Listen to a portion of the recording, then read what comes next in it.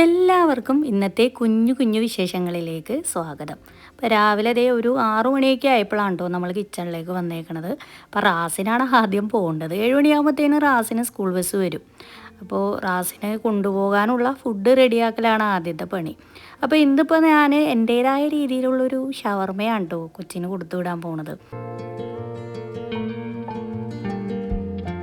ഇനി ഇവിടുത്തെ അമേരിക്കയിലെ സ്കൂളുകളെ കുറിച്ച് പറയാനാണെങ്കിൽ ഞാൻ നാട്ടിൽ നിന്ന് വന്നപ്പോൾ വിചാരിച്ചിട്ട് നമ്മുടെ നാട്ടിലുള്ള സ്കൂളിൽ എന്തൊക്കെയാണോ കൊടുത്തു വിടണത് അതൊക്കെ തന്നെ നമുക്ക് ഇവിടെയും കൊടുത്തു വിടാമെന്നൊക്കെയാണ് ഞാൻ ആദ്യം ചിന്തിച്ച് വെച്ചിരുന്നത്.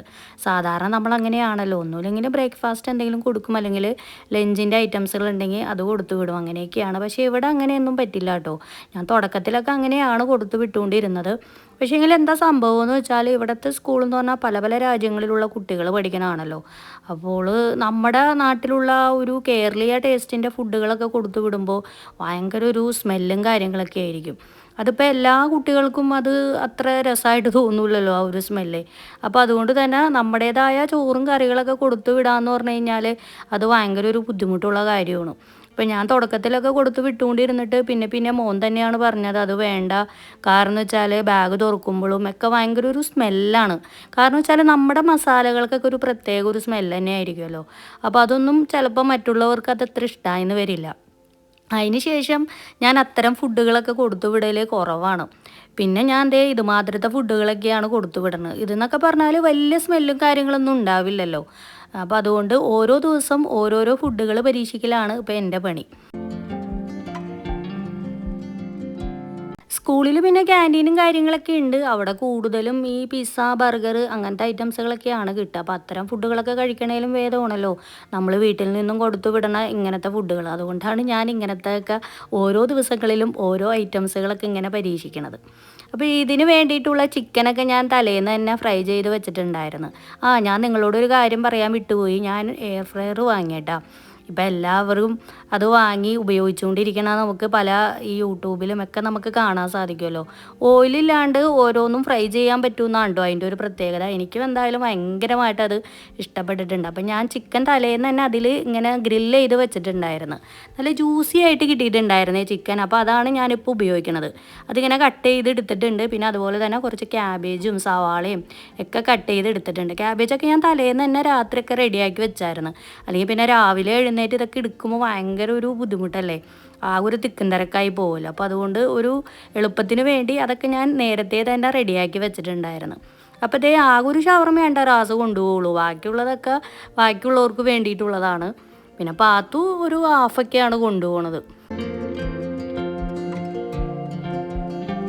പിള്ളേർക്കുള്ള സ്കൂൾ ബസ്സൊക്കെ നമ്മുടെ അപ്പാർട്ട്മെൻറ്റിൻ്റെ അവിടെ അടുത്ത് തന്നെ കോമ്പൗണ്ടിൻ്റെ ഉള്ളിൽ വരും. ഞാൻ കഴിഞ്ഞ വീഡിയോയിൽ കാണിച്ചല്ലോ ചെറിയ ചെറിയ ക്ലിപ്പുകളൊക്കെ ആയിട്ട്.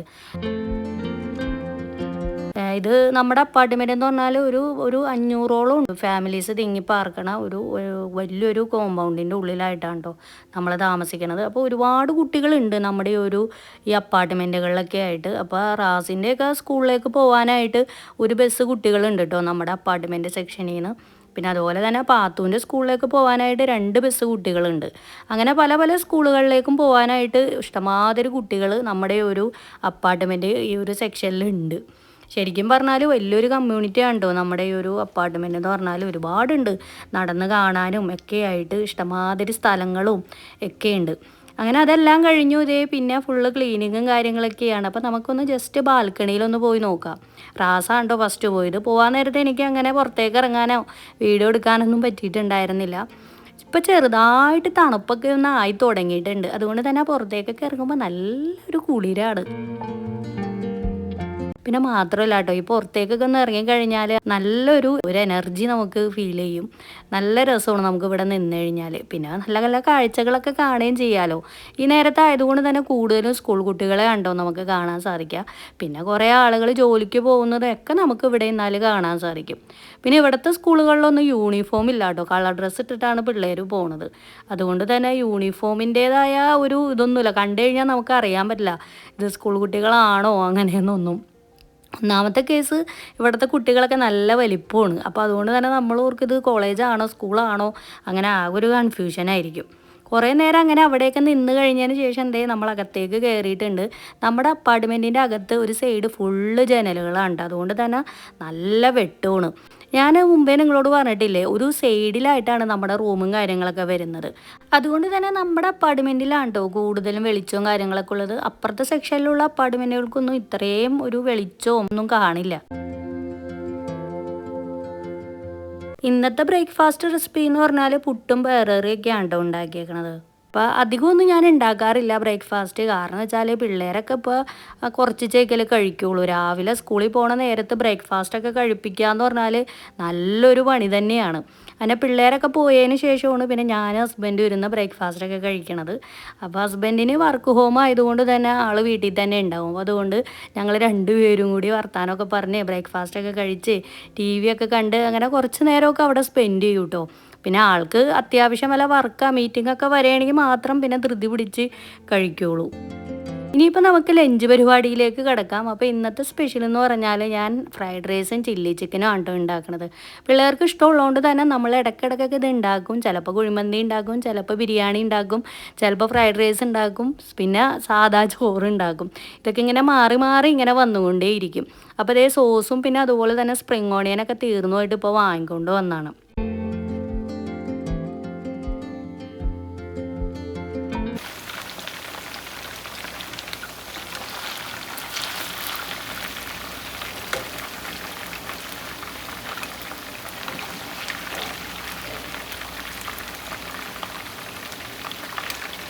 ഇത്തരം ഫുഡുകളൊക്കെ ഉണ്ടാക്കണം എന്ന് പറയുമ്പോൾ അപ്പോൾ നിങ്ങൾ വിചാരിക്കും ഞാൻ വലിയൊരു ഷെഫാണെന്ന്. പക്ഷേ ഞാൻ അത്ര വലിയ പാചകക്കാരിയൊന്നുമല്ല.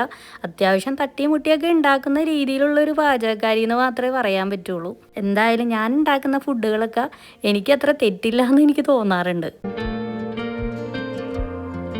പിന്നെ എനിക്ക് നിങ്ങളോട് പറയാനുള്ളത്, ഒരുപാട് പേര് കമൻറ്റിലൂടെ ചോദിക്കാറുണ്ട് US വിസ ഇൻ്റർവ്യൂവിനെ കുറിച്ചൊന്ന് പറയുമോയെന്ന്.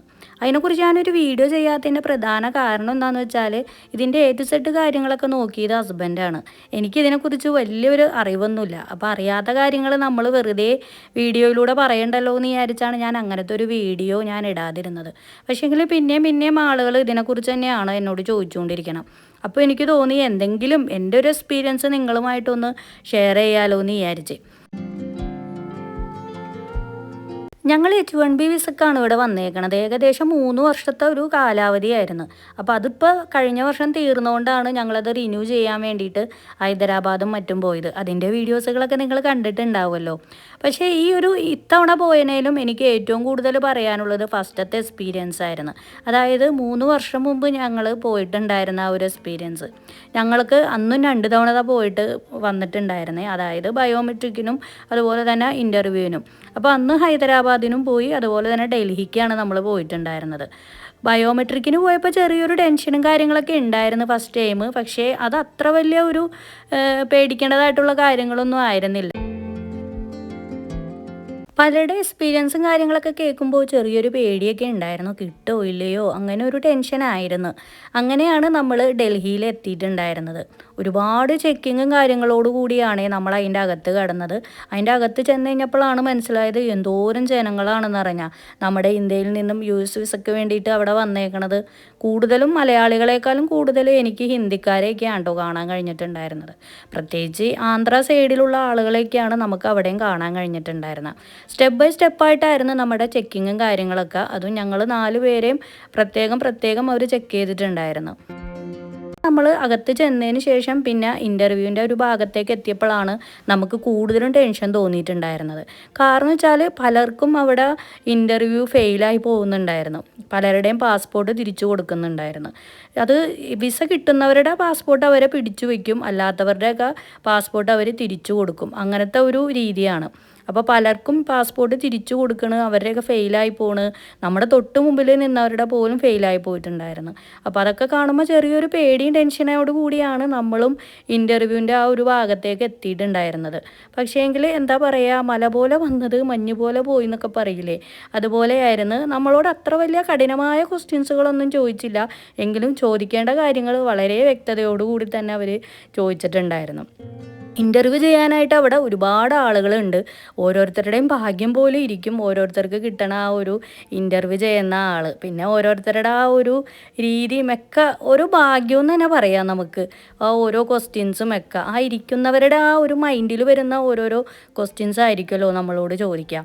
അപ്പം ഞങ്ങളോട് ചോദിച്ചതിൽ ഏറ്റവും കൂടുതലും ഹസ്ബൻഡിനോടാണ് ചോദിച്ചത്. ജോലിയും കാര്യങ്ങളും അങ്ങനെയുള്ള കാര്യങ്ങളാണ് ഏറ്റവും കൂടുതലും ചോദിച്ചിട്ടുണ്ടായിരുന്നത്. പിന്നെ അടുത്തത് എൻ്റെ ഊഴമായിരുന്നു. എന്നോട് ആകെ 2 ക്വസ്റ്റ്യൻസാണ് അവർ ചോദിച്ചിട്ടുണ്ടായിരുന്നത്. പക്ഷേ ആ 2 ചോദ്യങ്ങളും എനിക്ക് വളരെ രസകരമായിട്ട് തോന്നിയിട്ടുണ്ടായിരുന്നു. ഒന്നാമത്തെ ക്വസ്റ്റ്യൻ എന്താണെന്ന് വെച്ചാൽ നിങ്ങളുടെ ലവ് മാരേജ് ആണോ അറേഞ്ച് മാരേജ് ആണോ എന്നാണ് കേട്ടോ എന്നോട് ചോദിച്ചിട്ടുണ്ടായിരുന്നത്. രണ്ടാമത് എന്നോട് ചോദിച്ചത് നിങ്ങൾ ഇനി അമേരിക്കയിൽ ചെല്ലുകയാണെങ്കിൽ നിങ്ങൾക്ക് അവിടെ എന്തെങ്കിലും ഫാമിലി പരമായിട്ടോ അല്ലാണ്ടോ എന്തെങ്കിലും ബുദ്ധിമുട്ടുകൾ അനുഭവപ്പെടുകയാണെങ്കിൽ നിങ്ങൾ എത്രയും പെട്ടെന്ന് പോലീസിനെ അറിയിക്കണം, ഒന്നുകൊണ്ടും പേടിക്കണ്ട, അങ്ങനത്തെ കാര്യങ്ങളൊക്കെയാണ് കേട്ടോ എന്നോട് ചോദിച്ചത്. എന്തായാലും ആ ചോദ്യങ്ങൾ ഒരു സ്ത്രീ എന്ന നിലയിൽ വളരെയധികം സന്തോഷം തോന്നിയിട്ടുണ്ടായിരുന്നു. കാരണം ഒരു അന്യനാട്ടിൽ വരുമ്പോൾ അവരുടെ നാട്ടിൽ നമ്മളൊരു സേഫ് ആയിരിക്കണമല്ലോ, അതിനു വേണ്ടിയിട്ടുള്ളൊരു ചോദ്യമാണ് അവർ രണ്ടാമത് നമ്മളോട് പറഞ്ഞിട്ടുണ്ടായിരുന്നത്. എന്തായാലും നമുക്ക് ആ ഇൻ്റർവ്യൂ പാസ്സായിട്ടുണ്ടായി. നമ്മുടെ പാസ്പോർട്ട് അവർ വാങ്ങി വെച്ചിട്ടുണ്ടായിരുന്നു. അങ്ങനെയായിരുന്നു എൻ്റെ ഫസ്റ്റ് എക്സ്പീരിയൻസ്. പിന്നെ മോനോടും ജസ്റ്റ് പേര് മാത്രമാണ് കേട്ടോ ചോദിച്ചോളൂ. പിന്നെ പിള്ളേരോട് അങ്ങനെ കൂടുതലും കാര്യങ്ങളൊന്നും അങ്ങനെ അവർ ചോദിച്ചിട്ടുണ്ടായിരുന്നില്ല. അങ്ങനെ നമ്മൾക്ക് വളരെ രസകരമായിട്ടും വളരെ ഹാപ്പി ആയിട്ടും അന്നത്തെ ദിവസം ഇൻ്റർവ്യൂ നമുക്ക് എക്സ്പീരിയൻസ് ചെയ്യാൻ പറ്റിയിട്ടുണ്ടായിരുന്നത്. രണ്ടാമത് നമ്മളിപ്പോൾ ഹൈദരാബാദ് പോയപ്പോഴും അധികം കാര്യമായിട്ടൊന്നും ചോദിച്ചിട്ടുണ്ടായിരുന്നില്ല. ചിലപ്പോൾ റിന്യൂ ആയതുകൊണ്ടായിരിക്കണം. ഓൾറെഡി നമ്മുടെ വിസ അപ്രൂവ് ആയിട്ടുണ്ടായിരുന്നു. പിന്നെ നമ്മളത് സ്റ്റാമ്പിന് വേണ്ടിയിട്ടാണല്ലോ പോയത്. കൂടുതലും ഹസ്ബൻഡിനോട് തന്നെയാണ് കുറച്ച് ക്വസ്റ്റ്യൻസ് ഒക്കെ ചോദിച്ചിട്ടുണ്ടായിരുന്നത്. അങ്ങനെ അതേ നമ്മുടെ ഫ്രൈഡ് റൈസും ചില്ലി ചിക്കനൊക്കെ ഇവിടെ റെഡി ആയിട്ടുണ്ട്. ഞാനിവിടെ ടേബിളിൽ കൊണ്ടുവച്ചിട്ടുണ്ട്. അപ്പോൾ പിള്ളേരൊക്കെ സ്കൂൾ വിട്ട് വന്നിട്ട് അപ്പോൾ അതിൻ്റെ ഇടയിൽ അതൊക്കെ കുറേ സംഭവങ്ങളൊക്കെ ഉണ്ടായിട്ടുണ്ട്. അതൊന്നും ഞാൻ വീഡിയോയിൽ പകർത്തിയിട്ടില്ല. പിള്ളേർ വന്നു കഴിയുമ്പോഴാണ് കേട്ടോ നമ്മൾ ലഞ്ചൊക്കെ കഴിക്കാറ്. കാരണം വെച്ചാൽ പിള്ളേർ സ്കൂളിൽ അധികം കാര്യമായിട്ട് റൈസാ കാര്യങ്ങളൊന്നും കൊണ്ടുപോകില്ലല്ലോ. അപ്പോൾ അതുകൊണ്ട് വന്നു കഴിയുമ്പോഴാണ് പിള്ളേർ കഴിക്കാറ്.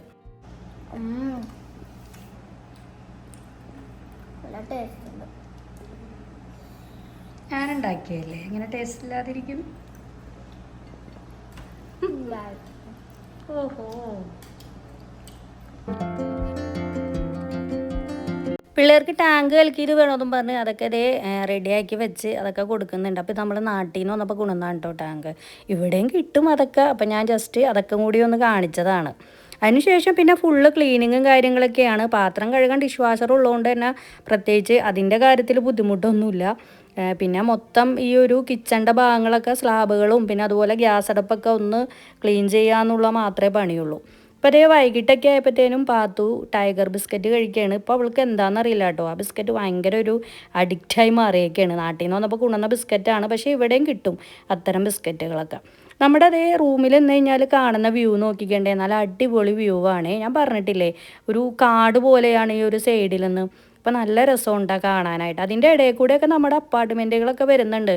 അതിൻ്റെ റോഡുകളൊക്കെ അപ്പുറത്തെ സൈഡിൽ കൂടിയാണ്. അപ്പോൾ ഇതിൻ്റെ നടുക്കായിട്ട് ഒരു കുഞ്ഞു കാട് പോലെ ഇങ്ങനെ സെറ്റ് ചെയ്തിട്ടുണ്ട്. സെറ്റ് ചെയ്തേക്കണല്ല കേട്ടോ, അത് ഉള്ളതാണ്. ഈ മഞ്ഞ് സമയങ്ങളിലൊക്കെയാണ് കേട്ടോ രസം. ഇങ്ങനെ നമുക്ക് ഈ ജനലക്കൂടിയൊക്കെ നോക്കിക്കഴിഞ്ഞാൽ ഫുള്ള് ഇങ്ങനെ മഞ്ഞിങ്ങനെ വീണതൊക്കെ കാണാൻ സാധിക്കും.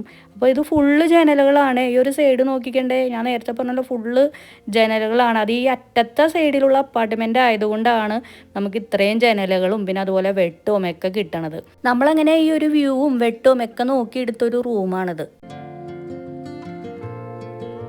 ഇതിപ്പോൾ ഡിന്നറൊക്കെ ആയിട്ടുണ്ട്. ഇതേ ഞാൻ പറഞ്ഞില്ലേ ഫ്രയർ വാങ്ങിയെന്ന്. അപ്പോൾ അതിൽ ഞാൻ ഇന്നത്തെ ഡിന്നർ കുറച്ച് അതിൽ ഉണ്ടാക്കാമെന്ന് വിചാരിച്ചു. അപ്പോൾ ഇതേ ഫ്രഞ്ച് ഫ്രൈസാണ് കേട്ടോ ഞാൻ ആദ്യം ഉണ്ടാക്കിയേക്കണത്. ഭയങ്കര ഈസി ആയിട്ട് ഉണ്ടാക്കാൻ പറ്റും. ഒട്ടും ഓയിലില്ലാതെയാണ് കേട്ടോ ഞാൻ ഉണ്ടാക്കിയേക്കണത്. ഇത് ഫ്രോസനാണ് വാങ്ങിയിട്ടുണ്ടായിരുന്നത്. എന്നിട്ട് അതിൽ ഫ്രൈ ചെയ്തെടുക്കണം. ഇതിൽ ആ ബ്ലാക്കായിട്ട് കാണുന്നത് കരിഞ്ഞേക്കണമൊന്നുമല്ല കേട്ടോ. കാരണം എന്ന് വെച്ചാൽ ഇവിടെ വാങ്ങിക്കണ ചില ഫ്രൈസുകളിലൊക്കെ ഇങ്ങനെ തൊലി പോലെയൊക്കെ ഉണ്ടാവും. അപ്പോൾ അതാണ് അങ്ങനെ കാണുന്നത്. ഇങ്ങനെ മസാല ഇട്ടിട്ടുള്ളൊരു ഫ്രൈസാണേ. നല്ല ടേസ്റ്റ് ഉണ്ട് കേട്ടോ. ശരിക്കും നമ്മൾ കടയിൽ നിന്ന് വാങ്ങിക്കണ പോലെ ഉണ്ടായിരുന്നു. അതിനുശേഷം ഞാൻ കുറച്ച് നഗറ്റ്സും ഉണ്ടാക്കിയിട്ടുണ്ട്. പിന്നെ ഞാൻ പല ഡിഷുകളും ഉണ്ടാക്കാറുണ്ട് കേട്ടോ. ഞാൻ ഇടയ്ക്കിടയ്ക്ക് അതിൻ്റെ വീഡിയോസുകളൊക്കെ കാണിക്കാൻ ചിക്കനും ബീഫും ഒക്കെ ഗ്രില്ല് ചെയ്യാറുണ്ട്. അതുപോലെ തന്നെ ചിക്കൻ വിങ്സ് റെഡിയാക്കാറുണ്ട്. അങ്ങനെ ഒരുപാട് ഫുഡ് ഐറ്റംസുകളൊക്കെ ഞാൻ ഈ ഒരു എയർ ഫ്രയറിൽ ഉണ്ടാക്കിയിട്ടുണ്ട്. അപ്പോൾ ഇനിയിപ്പോൾ നമുക്ക് ഇതേ രാത്രിയായി, നമുക്ക് പുറത്തെ കാഴ്ചകളൊക്കെ ഒന്ന് ജസ്റ്റ് നോക്കാം. നല്ല രസമുണ്ട് രാത്രി സമയങ്ങളിലൊക്കെ കാണാനായിട്ട്. ഫുള്ളിങ്ങനെ ലൈറ്റൊക്കെ ഇട്ട് വളരെ സൈലൻ്റ് ആയിട്ടുള്ളൊരു സമയമാണ്. പിന്നെ ആളുകളൊക്കെ ഇടയ്ക്ക് ഇങ്ങനെ നടക്കാൻ പോണതൊക്കെ നമുക്ക് അവിടെ ഇവിടെയൊക്കെ ആയിട്ട് ഇങ്ങനെ കാണാൻ സാധിക്കും. പിന്നെ നിങ്ങൾക്ക് എന്തെങ്കിലുമൊക്കെ വിവരങ്ങളൊക്കെ അറിയണമെന്നുണ്ടെങ്കിൽ കമൻറ്റിലൂടെ ചോദിക്കാം കേട്ടോ. ഞാൻ ഇതുപോലെ ഇങ്ങനെ ഓരോരോ ദിവസങ്ങളിലായിട്ട് ഇങ്ങനെ വിശേഷങ്ങളൊക്കെ നിങ്ങളോട് പറയാം. ഇന്നത്തെ ഒരു കുഞ്ഞ് ദിവസത്തെ വിശേഷങ്ങളും പിന്നെ നിങ്ങളുടെ കമൻറ്റിന് പറഞ്ഞ മറുപടികളൊക്കെ തൃപ്തികരമായി എന്ന് വിചാരിക്കുന്നു. എന്തെങ്കിലും തെറ്റുകളൊക്കെ ഉണ്ടെങ്കിൽ ക്ഷമിക്കുക. കാരണം വെച്ചാൽ എൻ്റെ ഒരു എക്സ്പീരിയൻസ് ആണ് കേട്ടോ ഞാൻ പറഞ്ഞത്. അപ്പോൾ ഇന്നത്തെ വീഡിയോ ഇഷ്ടമായാൽ വീഡിയോ ലൈക്ക് ചെയ്യുക, ഷെയർ ചെയ്യുക, കമൻറ്റ് ചെയ്യുക. അമേരിക്കയിലെ പുതിയ വിശേഷവുമായിട്ട് നമുക്കിനി അടുത്ത വീഡിയോയിൽ കാണാം. അതുവരേക്കും എല്ലാവർക്കും ബൈ ബൈ.